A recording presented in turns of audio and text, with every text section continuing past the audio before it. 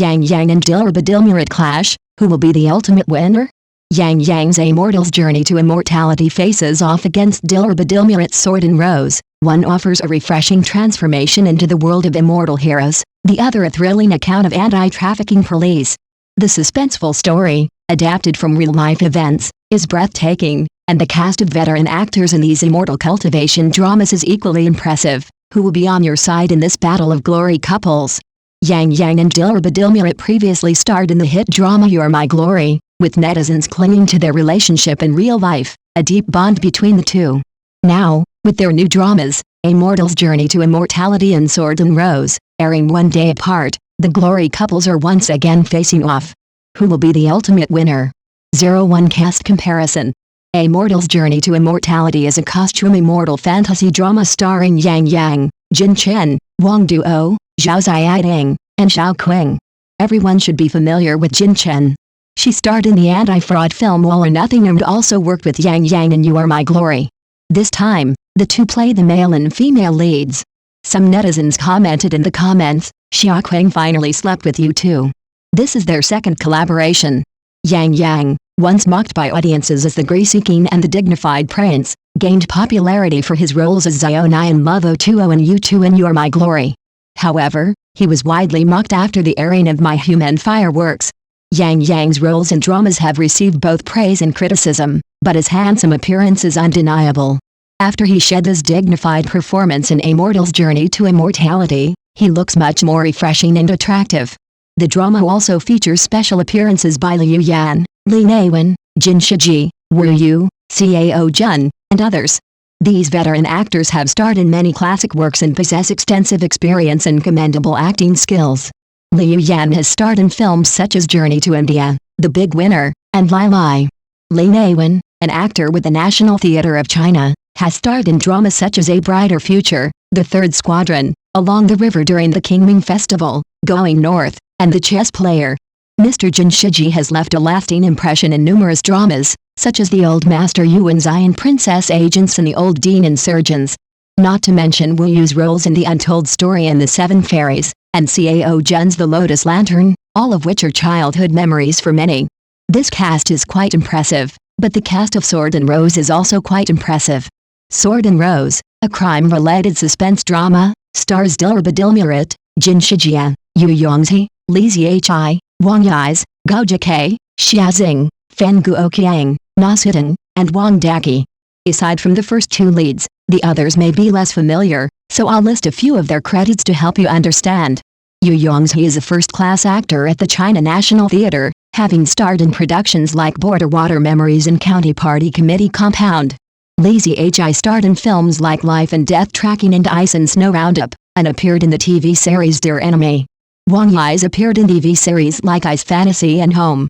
Gao Jike appeared in dramas like 88 Tenets and The Legend of Ban Shu. These actors all have a strong portfolio and excellent acting skills. Yang Kun, who has starred in dramas like The Beauty of China and Where the Wind Winds, Cao Zuan, who played concubine Yu in The Stars and the Moon, and Zhang Duo, who played Zhang Zheng in Cherry Amber, are also specially invited to appear in supporting roles. This cast is comparable to Immortal's Journey to Immortality, so it's a tie. 02 Plot Comparison. Immortal's Journey to Immortality tells the story of the protagonist Han Li's gradual journey from mortal to immortal.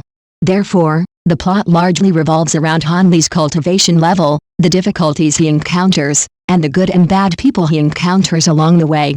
Those who have read many immortal cultivation novels will find these plots remarkably repetitive and lacking in originality. Because the immortal cultivation process often takes dozens or even hundreds of years, even with the accelerated pacing, the plot can still feel a bit boring at times. The Sword and the Rose, however, is different. As a crime-related suspense drama, and focusing on combating human trafficking, the plot details are much more nuanced, and the scenes are more realistic, making it very immersive. For example, a grandmother walking her grandson, Little Potato, in the park saves someone out of her duty as a doctor. But after a moment's loss of sight, Little Potato is snatched away by human traffickers. Another example, a mother playing with her son at an amusement park, only to lose sight of him and have him snatched away by a man. Another example, a child lying in a stroller at a doorstep is captured in a surveillance video. The mother turns back to grab something before the child is snatched away on a motorcycle. Every scene is so true to life that it's truly thrilling, truly worthy of being based on a true case. The plot is also incredibly fast-paced. It can't slow down at all, as the families of the missing children are waiting, creating a constant sense of urgency. The series opens with the female protagonist, Yan, being lured to a secluded area by a little girl under the pretense of helping her, and then abducted by someone in a van. This immediately captures the audience's emotions. On the one hand, viewers are curious about what will happen to Yan. On the other hand, the scene of someone seeking help is so common. Without having experienced it or heard of it, they wouldn't suspect it's a kidnapping tactic. It's only now, after so many years of anti-trafficking awareness campaigns, that most people are wary and won't blindly offer help or follow others.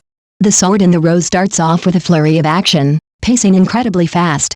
There's not a single unnecessary shot, keeping the audience on tenterhooks as they experience the protagonist's joy at receiving news, the disappointment of confirming it's not the child they're looking for, and the joy of finally rescuing the child after many twists and turns. The audience's emotions never settle, and they naturally want to keep watching. In terms of plot comparison, The Sword in the Rose is more grounded in reality and has a faster pace, almost completely surpassing a mortal's journey to immortality. The audience won't feel bored, and instead, they'll be eager to see what happens next. 03 Costume and Makeup Comparison. The costumes and makeup in A Mortal's Journey to Immortality are excellent, especially in the first 4 episodes. Han Lee's growth and transformation are clearly evident in the costumes and styling. Later, after entering the immortal path, the integration of various real-life scenes and special effects is also very well done, allowing the audience to experience the styles of various immortal cultivation sects. Numerous empty realms are also provided, offering a wealth of beautiful natural landscapes. Each sect's disciples' uniforms are also unique and well-suited to their respective characteristics. I have to mention that the Huangfen Valley School uniforms Han Li wears are truly beautiful and ethereal. The costumes and makeup of Sharp Sword and Rose are also very well done. Yan and the other 6 members are all dressed in plain and ordinary clothes, with minimal makeup, essentially appearing without makeup, which is very fitting for their roles as anti-trafficking police officers. Their daily schedules are incredibly busy, so it's normal for them to have no time for dress-up. Furthermore, the 6 members are often on the lookout, so overly distinctive clothing wouldn't be conducive to their work. Of course, this doesn't apply to Chang Rui's brightly colored attire while undercover, as it fits his character's character. In terms of costumes and makeup, the 2 dramas are evenly matched, both truly living up to their respective TV positionings and being equally matched. 04 Summary. After comparing the cast, plot, and costumes, I've concluded that the Glory CP is once again facing off, with Dilireba The Sword in the Rose coming out slightly ahead. Of course, some fans will undoubtedly disagree with this conclusion, saying that comparing dramas of different genres is unethical. If you argue, you're right. I won't argue. This is simply my personal viewing experience. After all, I think The Sword in the Rose has the upper hand because its plot is so engaging that I can't wait to watch it all in one sitting. However, it's also incredibly emotional, and I can easily find myself crying. If you don't like being emotionally drawn out, you can skip The Sword in the Rose and go straight for the relaxing, soothing immortal cultivation drama A Mortal's Journey to Immortality. Have you seen these 2 dramas? Which one do you prefer? Feel free to leave a comment in the comments section.